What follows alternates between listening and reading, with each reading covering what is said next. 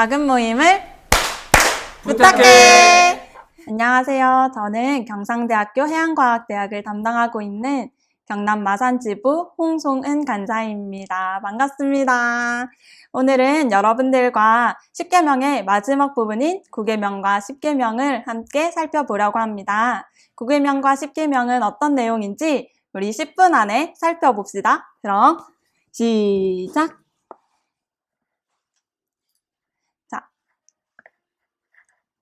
우선 9계명을 함께 읽어봅시다.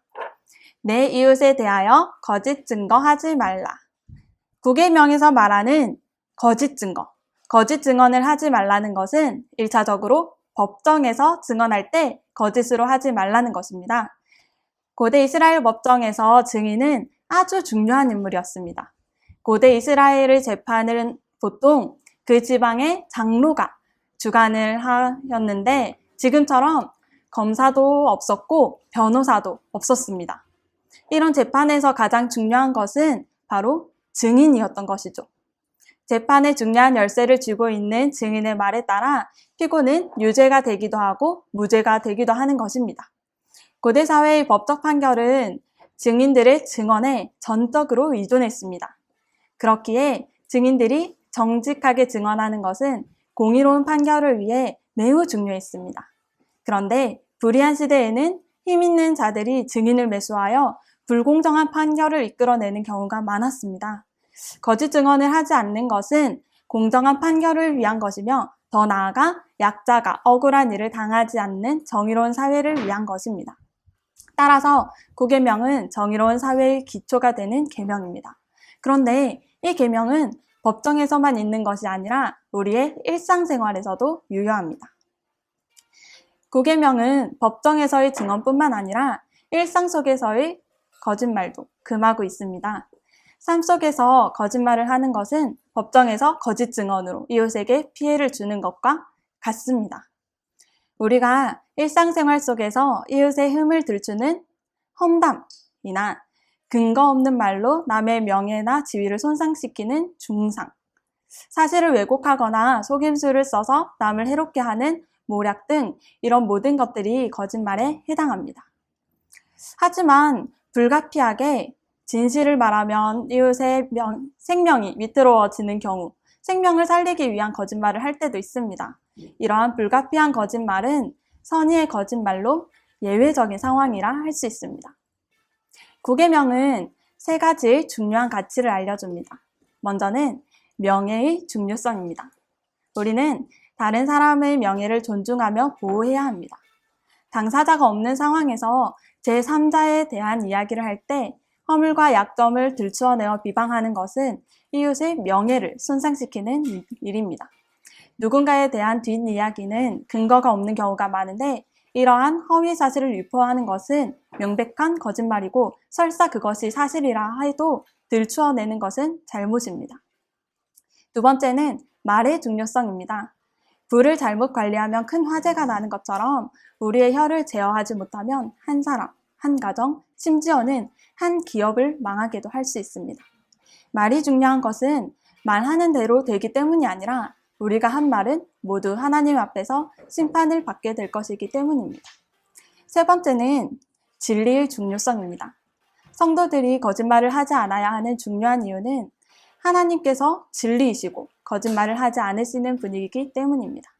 그렇기에 성도들도 하나님을 닮아 진실해야 합니다. 반대로 마귀는 거짓말의 원조이며 아비이기 때문에 거짓말을 하는 사람은 자신이 마귀의 자식임을 증명하는 것입니다.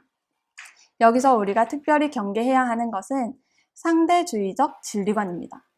포스트 모더니즘 시대에서는 진리는 상대적이며 절대적인 진리는 존재하지 않는다고 말합니다. 하지만 성도들은 하나님의 말씀이 절대 진리라는 것을 믿는 사람들입니다. 우리는 진리이신 하나님의 말씀으로 거짓을 버리고 진리를 지키고 사수해야 합니다. 제6계명이 이웃을 직접 해치는 것에 대한 계명이라면 9계명은 말로 이웃을 해치는 것입니다. 그래서 저는 9계명을 이렇게 요약하려고 합니다. 혹시 꽃으로도 때리지 말라라는 책을 여러분들이 아시는지 모르겠는데요. 그 책 제목을 패러디했습니다. 말로도 때리지 말라.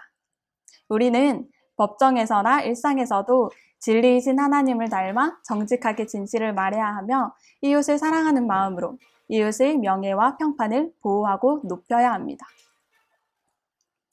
다음은 11과입니다.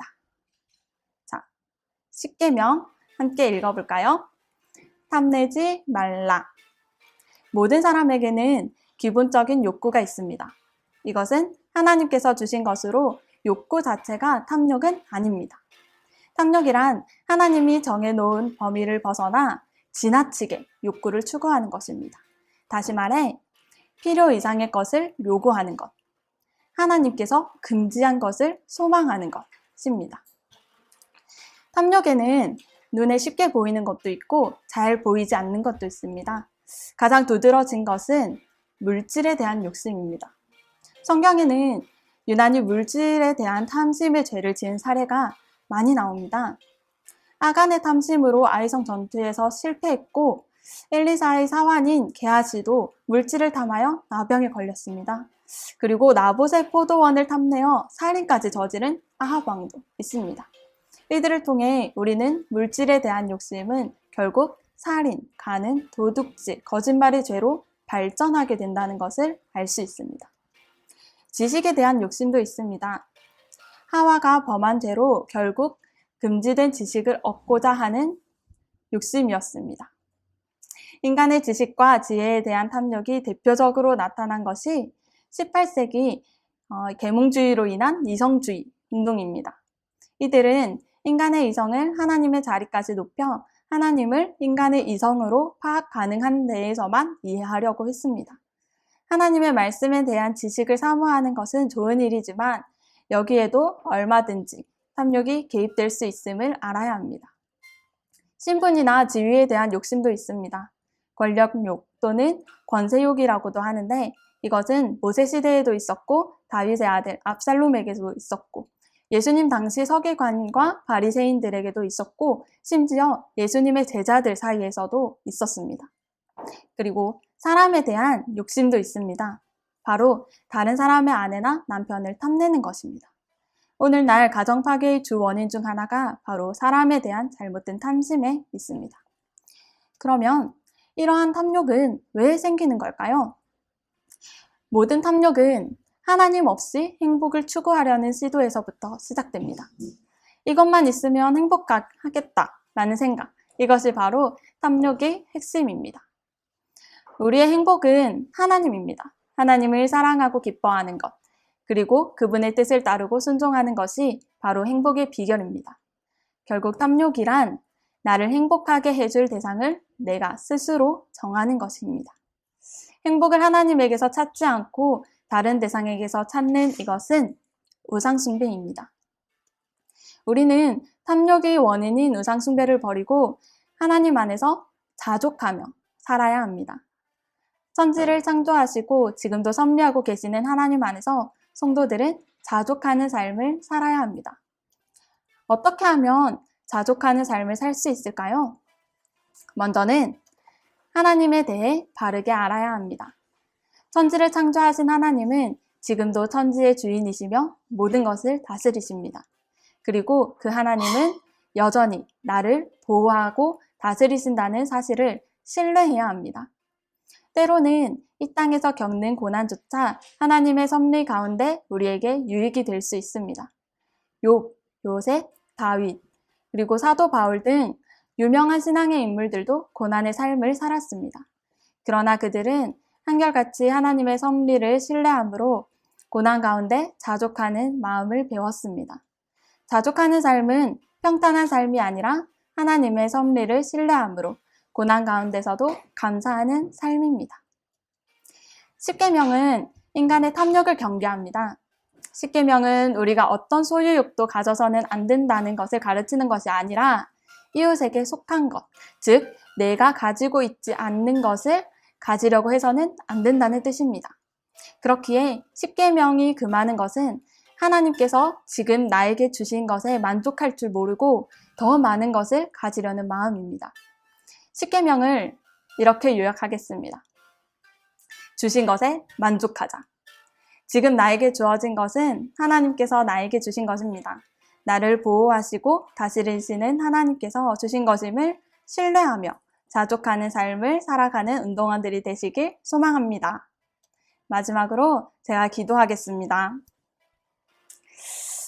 지금도 살아계셔서 역사하시는 하나님께서는 나를 가장 잘 아시고 나의 필요를 누구보다 잘 아시는 분이십니다. 하나님께서 언제나 나를 바른 길로 인도하시며 나에게 필요한 것들을 채워주신다는 사실을 굳게 믿으며 하루하루 살아가길 소망합니다. 하나님, 나에게 있는 것에 만족하며 하나님께 감사하는 그런 삶을 살길 원합니다. 또한 나의 일상 속에서 이웃을 해치는 마음이 들지 않길 원합니다. 나를 사랑하는 만큼 이웃도 사랑하며 내가 혹시나 말실수하여 또 다른 누군가의 명예나 평판을 해하는 일이 없길 간절히 소망합니다. 내가 의식 중에 있을 때나 무의식 중에 있을 때나 하나님을 사랑하는 마음으로 감사하며 또한 그 마음이 이웃에게까지 향하길 간절히 소망합니다. 오늘도 우리를 지켜주시고 나에게 있는 이웃들까지도 지킬 수 있는 그러한 운동원이 되길 소망합니다. 감사합니다. 예수님 이름으로 기도드렸습니다. 아멘. 자, 마지막 나눔 질문입니다. 첫 번째, 새롭게 알게 된 내용이나 기억에 남는 내용을 나눠봅시다. 두 번째, 다른 사람이 누군가의 뒷담화를 할 때 나는 성도인 우리는 어떻게 반응해야 할까? 우리 한번 함께 나눠봤으면 좋겠습니다. 그리고 세 번째, 자족하는 삶과 무소유의 삶은 무엇이 다를까요? 우리가 이것을 함께 고민하면서 나누어 봤으면 좋겠습니다. 자, 그럼 마지막으로 우리 한번 외치고 이 영상을 끝내도록 하겠습니다. 작은 모임을 부탁해!